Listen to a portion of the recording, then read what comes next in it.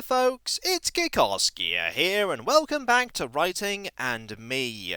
This video contains no gameplay or music whatsoever, allowing you to focus on whatever it is you're up to, whether it's editing your own work, playing games, listening to music, or thinking about the most important decision in your life. And let me help you out with this. Pick that one. No, not that one. Not that one. That one's tempting, I know, but not that one. Pick that one. I know, you dismissed it immediately. You declared that that was the wrong decision.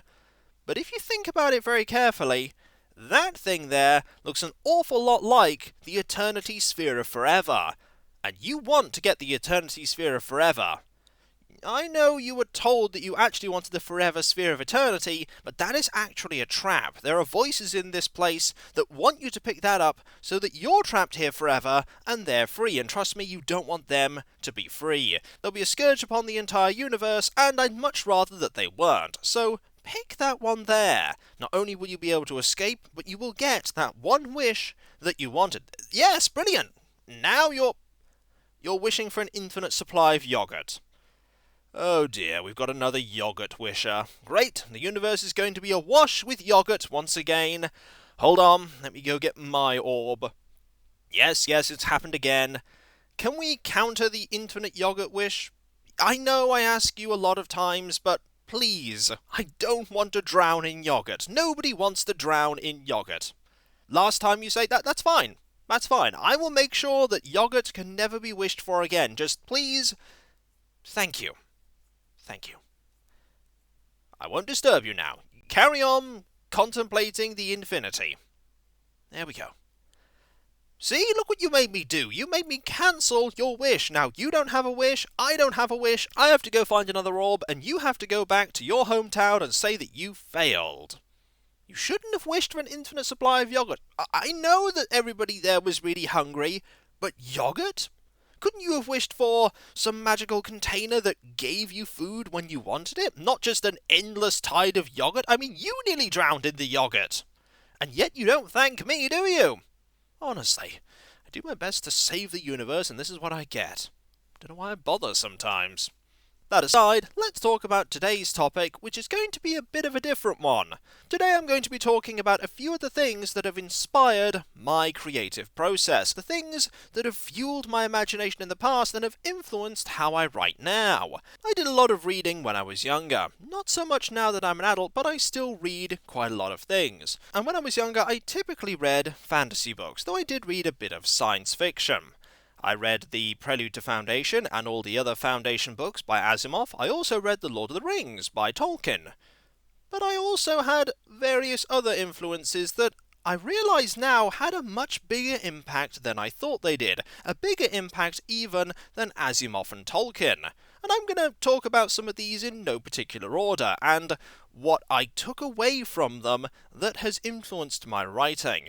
And the first of these is that I'm going to be talking about a children's TV show that was based on a series of books. And that children's TV series is The Animals of Farthing Wood. Now, some people heard that and immediately grimaced, because they know what The Animals of Farthing Wood is like. For those that don't know, The Animals of Farthing Wood is a series of stories that follows the animals from Farthing Wood. Farthing Wood is destroyed to make way for a building project, and the animals leave in search of a nature reserve where they can live in peace away from destruction. But the journey is long, and the journey is fraught with danger, and my is there a lot of danger. All of it pretty mundane for us, but for animals, treacherous. One of the first obstacles they come across is a road. It's not a big road, one lane of traffic on one side, one lane of traffic on the other, but this is still very dangerous for animals because not all the animals move that quickly. Some of them are exceptionally slow, some barely survive, and it doesn't take long into the first series, there are 3 series for those curious, for an animal to die. This show does not pull its punches when it comes to the peril that the animals face, and it doesn't pull its punches with what happens when the animals fail to overcome it. By the time you get to the third series, there are a lot less animals in the main group than there were at the beginning. Some of those are because the animals decided to leave. A few of them are just never mentioned again. But most of them die. Whether killed by other animals or killed by people, there is a lot of death in the animals of Farthing Wood. And they do not shy away from telling you explicitly that that is what's happened. I'll give you an early example. This is spoiling to about episode 3. They're not that far into the journey, and there is a group of newts with them. Now, the newts are absolutely struggling because they've barely encountered any water along the way, and they are really going slow. They are really having a hard time of it. And then they find an area full of water, and the newts decide, we're not going to this nature reserve, we are going to stay here. They think about it for a bit, and the other animals decide, okay, you stay here, you'll be fine. Then there's a fire. It's a really big fire, all-consuming. It's behind where the animals are, and then Badger realises that the newts aren't with them.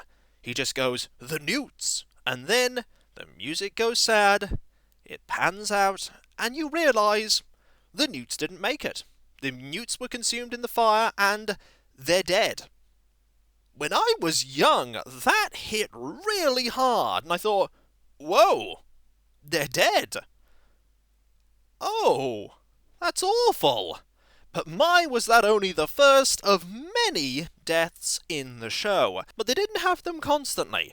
They didn't have them in such a way that you would be desensitized to it and it wouldn't have an impact. Every time it happened, it had an impact because you had this feeling that something really bad was going to happen because they get to a situation and you would know this is not good for an animal. And the animals wouldn't at first realize this. Some of them would already have knowledge of what was happening, but most of the time they were going into unknown territory. They were on this huge adventure to cross a huge amount of land to get to a safe place. And some of the animals would fall victim to those perils. The show is such that some people really dislike it, even as an adult, and they will refuse to show it to their children. Now, what is appropriate for your children entirely depends on the child in question, and you need to make a judgment call as to whether something like The Animals of Farthing Wood would suit their viewing. I watched it when I was younger, and though it did shock me to start with, I was really gripped by the show nonetheless, because the peril made watching it interesting.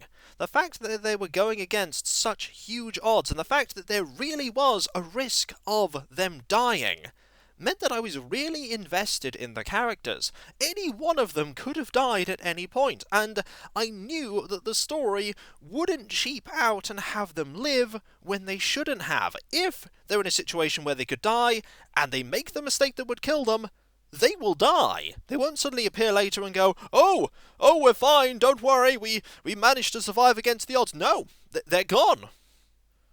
That feeling of there being that danger was what spurred me to keep watching it. And I watched all of it, and I now finally have it on DVD because it was very recently, I think last year, released on DVD. And I snapped that up immediately because that is my childhood right there, and it reminds me of an important lesson for me that I take forward into my writing, and that is that if you're writing a story with a lot of danger, you need to follow through on that danger. There's little point in having the spectre of bad things happening when the bad things never actually happen.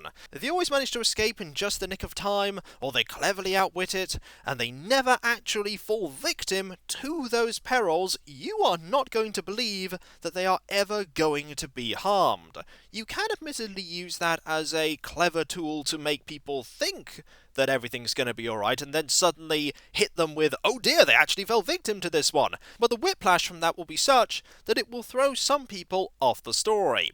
If you have a story where the risk is high and the stakes are even higher, like The Animals of Farthing Wood, it's important to show the reader that the risks are real, and that they will fall victim to them, and the cost of falling victim to those perils is high, because it makes them succeeding all the better.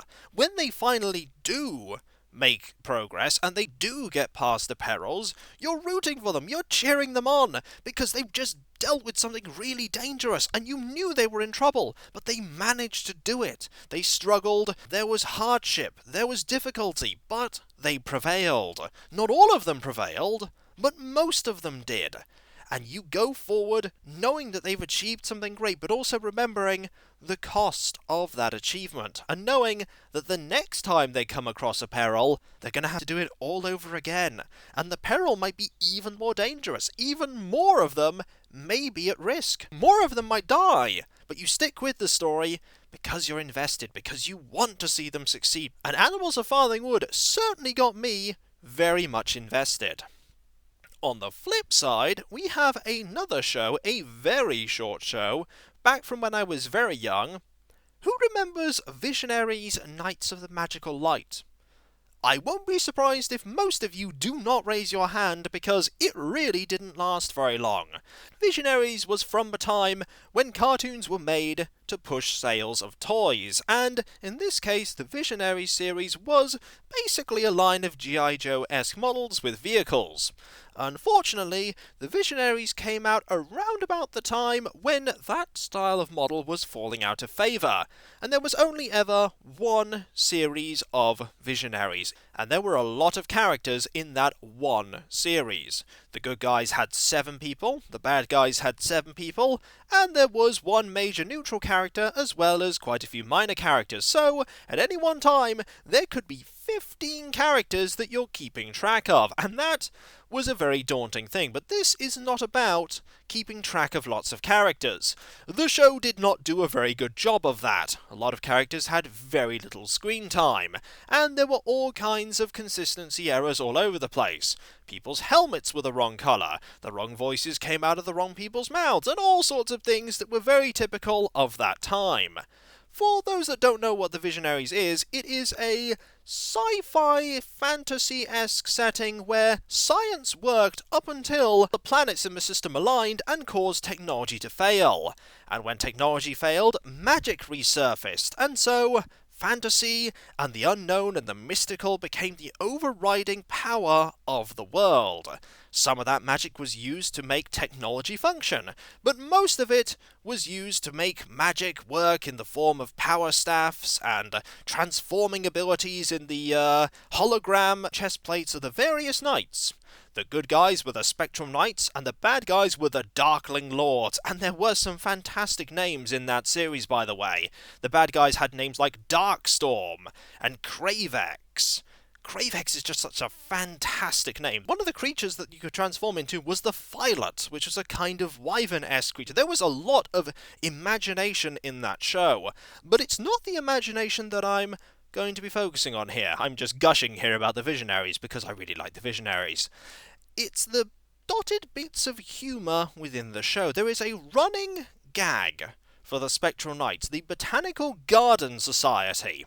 They don't appear very often, 3 or 4 times, and they're just mentioned offhand, but it's a developing joke. It starts off with the Botanical Garden Society making a small request that is mentioned offhand, and whereupon another character replies that it's a bit silly. Over time, this grows, and not only does the joke get more amusing as it goes on. At one point, the Botanical Garden Society wants roses to be grown on the outside of the walls of the city, which of course poses a huge security risk because anyone could just climb them. But you just see this joke going on, and the characters laugh at how silly their requests are. But at this point, you're quite familiar with the Botanical Garden Society shenanigans, and the characters are too. And not only is it funny, but it does wonders for building up little details about the world that remain consistent.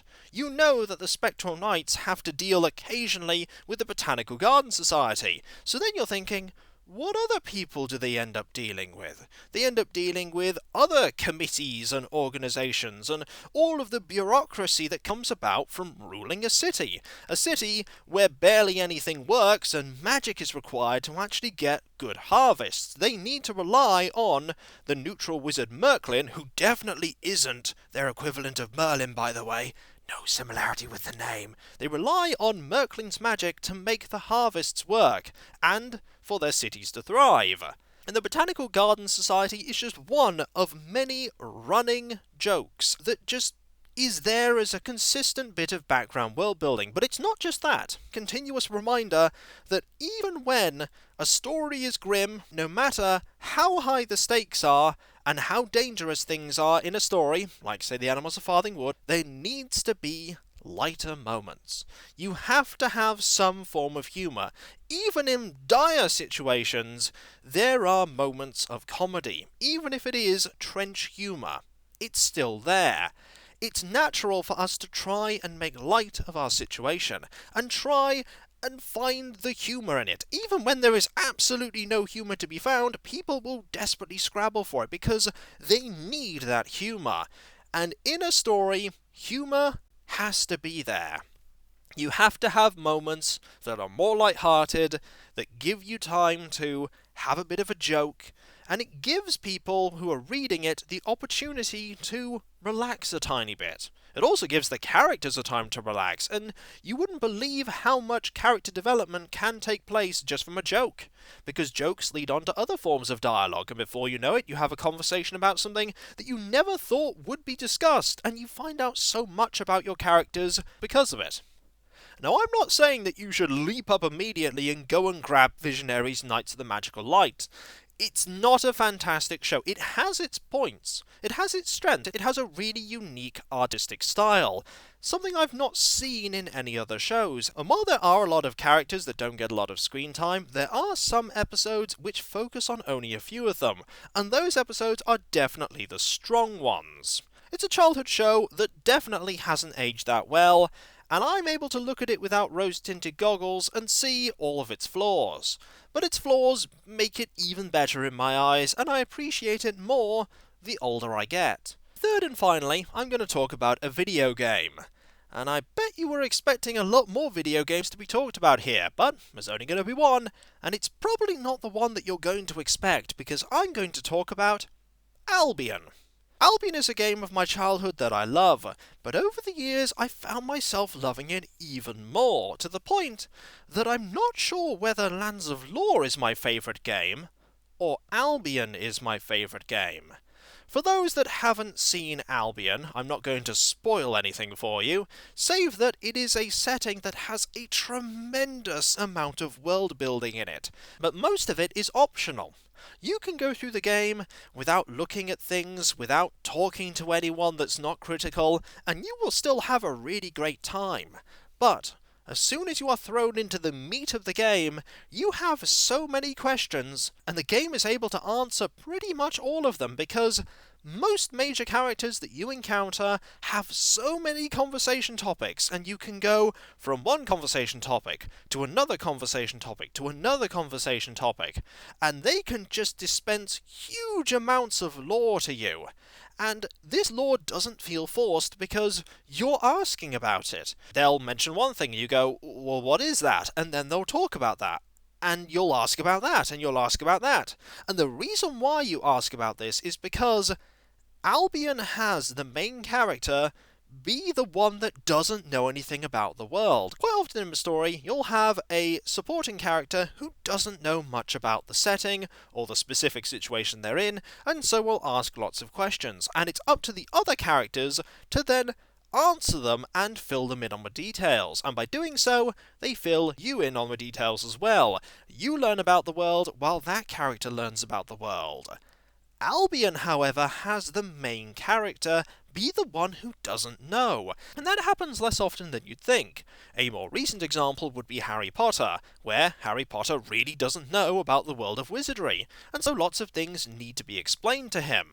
Quite often it is a supporting character, sometimes even a minor character, but Albion, the protagonist, doesn't know anything about the place they're in, and so they ask lots of questions. They're very curious. It helps as well in Albion that there is a character whose focus is learning, and so this character will sometimes interject with interesting observations. Quite often those observations help you out in the game and point out potential threats or things that you will want to remember for later, but that curiosity urges you to also be curious, and so you ask questions, and you learn, and you can learn so much in that game. So much stuff is there. There's such a huge amount of world building. And when I first played the game, I did not learn half of the things that I did in even my first playthrough on my channel. And the replay, man, I went to town on learning everything in the replay because I wanted to know everything about the world. The world was so well built and put together that all of these questions were answered. Some questions, of course, were not possible to answer because, for all of its strengths, it is a game from the mid-90s and there's only so much that they could put in.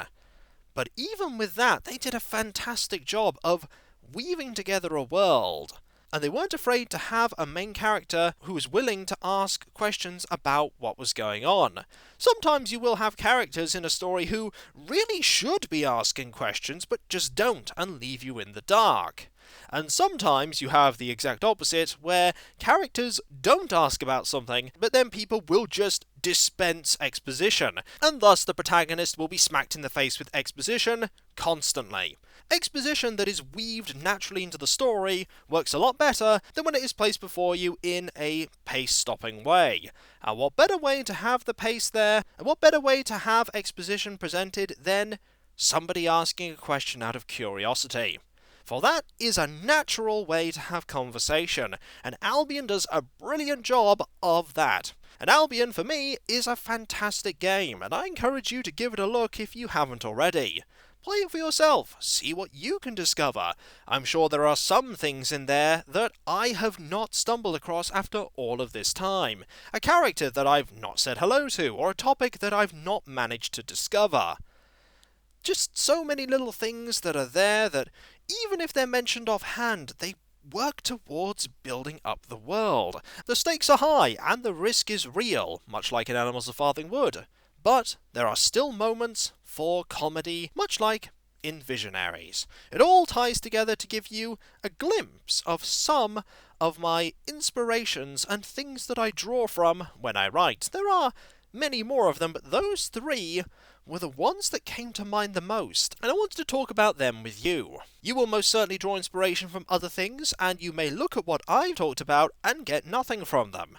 And that's fine, because what you draw inspiration from and learn from and apply to your writing is unique to you. Only you can write how you write. The things that have influenced you are your own. Even if other people have also been influenced by the same thing you have been, you have this cocktail of all these other things that have been mixed together, your life experiences, the places you've lived, the things you've done, and the creative works that have had an impact on you. All of these things have mushed together to make your creative voice.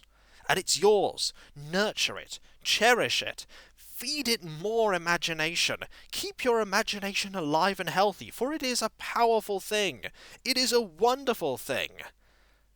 And I am envious of your imagination, just as you may be envious of mine, because I can never have your imagination. I can never have anyone else's imagination. I can only have my own. Influenced by things from when I was growing up and things from now. All making me who I am and my creative voice what it is. And so, with that, a brief insight into my creative mind has concluded. If people want to hear more about some of the creative influences in my life, by all means I'll talk about it, and if there's any other topics you want me to discuss, also let me know. And so, I'll catch you next time, folks, and I'll see you then. Later.